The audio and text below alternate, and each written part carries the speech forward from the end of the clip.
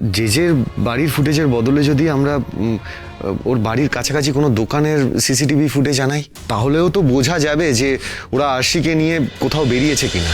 আমরা কোনো ক্লুই পাচ্ছি না। আর আরশি যেভাবে যে জায়গা থেকে ভ্যানিশ হয়েছে সেখানে কোনো মুখ্যম ক্লু ছাড়াও কোথায় আছে কিভাবে আছে সেটা তো আমরা জানিও না। আমি শুধু জানি আমি আরশিকে আর হারাতে পারবো না, কিছুতেই না। ওইদিকে আমাদের মেয়েটাও এখনো গড়াদের পেছনে রয়েছে, আর সবকিছু জেনে শুনেও আমি কিচ্ছু করতে পারছি না। সাক্ষর অবস্থাটা আমরা বুঝতে পারছি। কালকে পুলিশের কাছে গিয়েও তো কোনো লাভ হলো না, আমাদের কোনো সাহায্যই করলো না, আমাদের সাথে কথাই বলতে চাইলো না। যে সব জায়গায় নিজের লোক ফিট করে রেখেছে, সব জায়গায় কারসাজি করে রেখেছে। বাবা তো সারাক্ষণ ধরে চেঁচামেচি করে যাচ্ছে, কোনো রকমের রিকোয়েস্ট করে এখানে আসতে বারণ করে এলাম। তবে বাবা কিন্তু একটা কথা ভুল বলেনি জেঠু, মানে যেরকম ডেঞ্জারাস একজন মানুষ, ওকে এতটা হালকাভাবে নেওয়া ঠিক হয়নি। আই মিন জেঠির আর একটু সাবধান হওয়া উচিত ছিল। অপালা, যে কেমন মানুষ সেটা আরশি খুব ভালোভাবে জানে রে। ইনফ্যাক্ট ও কতটা সাংঘাতিক সেটা আমরা সবাই জানি, কিন্তু আরশি যেটা করেছে সেটা ছাড়া ওর কাছে আর অন্য কোনো উপায় ছিল না। সাক্ষ্য, যে উকিল মহাগৌরীর হয়ে কেসটা লড়ছিলেন, উনি বললেন যে উনি আর ওর হয়ে কেসটা লড়তে পারবেন না, মানে চাইছেন না লড়তে। লড়তে পারবেন না মানে কখন বললেন এটা? আমি এক্ষুনি কথা বললাম ওনার সাথে, উনি বললেন যে প্রথম যেদিন মহাগৌরীর কেসটা কোর্টে উঠেছিল সেদিনই উনি বুঝতে পেরেছিলেন যে এই কেসটাতে উনি আর কিছু করতে পারবেন না। মানেটা কি? মানে উনি এটা আজ জানাচ্ছেন, আগে জানাননি কেন? শোনো, বলছি এটা নিয়ে ভেবে তো সময় নষ্ট করে এখন আর কোনো লাভ নেই। উনি নিতে চাইছেন না যখন, তুমি অন্য কারোর সাথে কথা বলো, কেউ না কেউ তো নিশ্চয়ই রাজি হবে। তোমার কি মনে হয় অরু, আমি অন্য উকিলের সাথে কথা বলিনি? তার মানে তুমি কথা বলেছো? কি বললো? সবারই একই বক্তব্য সাক্ষ্য। সবাই বলছে যে মহাগৌরী থানার মধ্যে যে নিজের হাতে চড় মেরেছিল, আই উইটনেস আছে, তারপরে তো যে মৃত্যু ঘটে। কেউ কেসটা নিতে রাজি হচ্ছে না। এরকম আবার হয় নাকি? আমার মনে হচ্ছে এর মধ্যে কোনো গন্ডগোল আছে। আমার মনে হচ্ছে সায়ন্তনী চেচেকে কোথায় লুকিয়ে রেখেছে সেটা আজকে রাতেই জানতে পারবো। একমাত্র আরশি প্রমাণ করতে পারতো যে বেঁচে আছে, কিন্তু আমাদের সন্তানকে বাঁচাতে গিয়ে আরশি নিজেই এত বড় বিপদে পড়ে গেল। আমি দেখছি।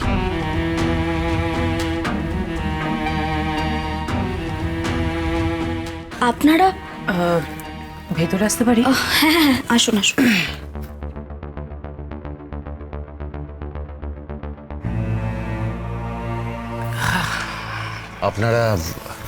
আপনারা হঠাৎ এখানে? মহাগৌরী ঠিক আছে তো? ওর কিছু হয়নি তো? না আসলে ও তো খুব টেনশন করছে, তাই। চিন্তা করবেন না, মহাগৌরী ম্যাডাম একদম ঠিক আছেন।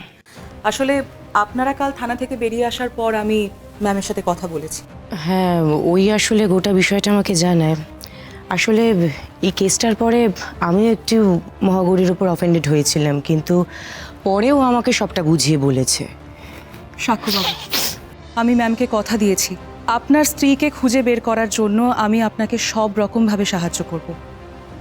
সুজয়বাবু থানার ইনচার্জ হতেই পারেন, কিন্তু ওনার প্রতি আমার মনে এক ফোঁটাও সম্মান নেই। আপনাকে যে কি বলে ধন্যবাদ দেব সত্যি আমি জানি না। আসলে আমি জানতাম যে আপনি মহাগৌরীকে খুব ভালোবাসেন, তাই একটু অবাক হয়ে গেছিলাম যে ওই সময় আপনি সবকিছু শুনেও কেন কিছু বললেন না, কিছু করলেন না। আমরাও সেটাই চিন্তা করছিলাম। আমরা সত্যিই ভেবেছিলাম পুলিশের কাছ থেকে আমরা কোনো রকম কোনো সাহায্য পাবো না। Thanks again. দেখুন, অফিসিয়ালি পুলিশ কিন্তু আপনাদের কোনো রকম হেল্প করতে পারবে না, কিন্তু আনঅফিসিয়ালি আমি আর বিনিতা আপনাদেরকে হেল্প করব। এখন আমাকে একটু পরিষ্কার করে বলুন তো কি ঘটেছিল, এক্স্যাক্টলি কি ঘটেছে? আসলে ফাইনালি কাল আমি জেজের বাড়িতে যাই আশিকে খুঁজতে, কিন্তু সায়ন্তনী পুরো ব্যাপারটা অস্বীকার করে, যেটা খুব স্বাভাবিক। কিন্তু আমি শিওর ওরাই আশিকে কোথাও লুকিয়ে রেখেছে। সত্যি কথা বলতে আরশি ম্যাডাম বড্ড বেশি রিস্ক নিয়ে ফেলেছেন। এনিওয়ে, চুপ করে বসে থাকলে তো আমাদের চলবে না, কিছু না কিছু একটা করতে হবে। আপনার স্ত্রীকে খুঁজে বের করতে গেলে সর্বপ্রথম ওনার মোবাইল ফোনটা ট্র্যাক করতে হবে। কিন্তু মোবাইল ফোন নাম্বার ট্র্যাক করে তো কোনো লাভ নেই, কারণ আরশির ফোন কাল রাত থেকে সুইচড অফ। আমরা সবাই মিলে ট্রাই করেছি, কিন্তু কোনো লাভ হয়নি। ও মাই গড! তার মানে আরশিকে খুঁজে বের করার জন্য আমাদেরকে অন্য রাস্তা অ্যাপ্লাই করতে হবে। অন্য রাস্তা মানে? জেজের বাড়ির সামনে সিসিটিভি ফুটেজ আমাদের দেখতে হবে, কারণ আরশিকে ওখান থেকে বের করা হয়েছে নাকি ওই বাড়িতেই রয়েছে সেটা জানার জন্য সিসিটিভি ফুটেজ তো আমাদের লাগবেই। আই এম শিওর কোনো না কোনো ক্লু ওখান থেকে ঠিক পাওয়া যাবে। কিন্তু সিসিটিভি ফুটেজগুলো আপনি কোথা থেকে পাবেন? আচ্ছা, একটা জিনিস হতে পারে, যে বাড়ির ফুটেজের বদলে যদি আমরা ওর বাড়ির কাছাকাছি কোনো দোকানের সিসিটিভি ফুটেজ আনাই, মানে তাহলেও তো বোঝা যাবে যে ওরা আরশিকে নিয়ে কোথাও বেরিয়েছে কিনা। এক্স্যাক্টলি, আমিও ঠিক এটাই ভাবছি। বিনীতা, তুমি একটা কাজ করো তো, তুমি জেজের বাড়ির সামনে দোকান থেকে সমস্ত সিসিটিভি ফুটেজগুলো বের করার ব্যবস্থা করো, ঠিক আছে? আর খুব সাবধানে কিন্তু কাজটা তোমাকে করতে হবে, যাতে কেউ না জানতে পারে। তাহলে কিন্তু সমস্ত সিসিটিভি ফুটেজ ডিলিট করে দেওয়ার চেষ্টা করবে ওরা। Just go. জানি ম্যাম, আমি দেখে নিচ্ছি।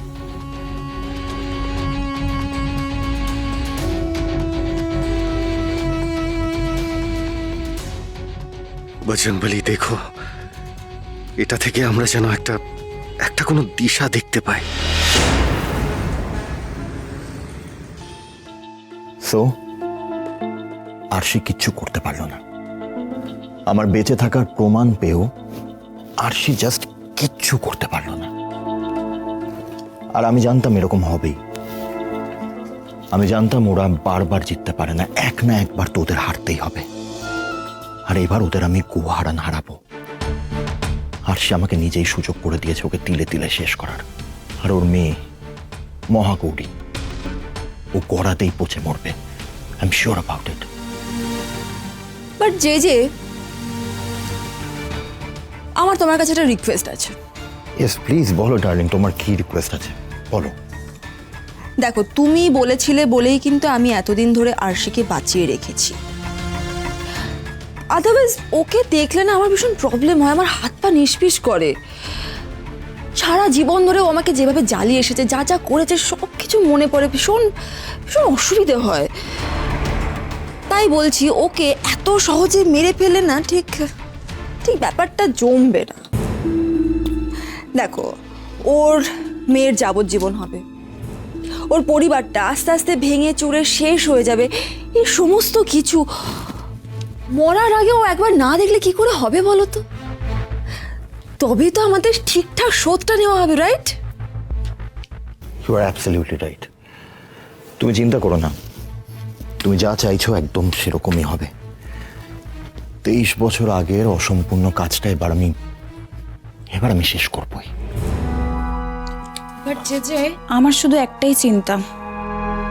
কি চিন্তা বলে ফেলো। না মানে আমি ভাবছি আরশিকে যদি আমরা বাঁচিয়ে রাখি তাহলে একটা সমস্যা হলেও হতে পারে।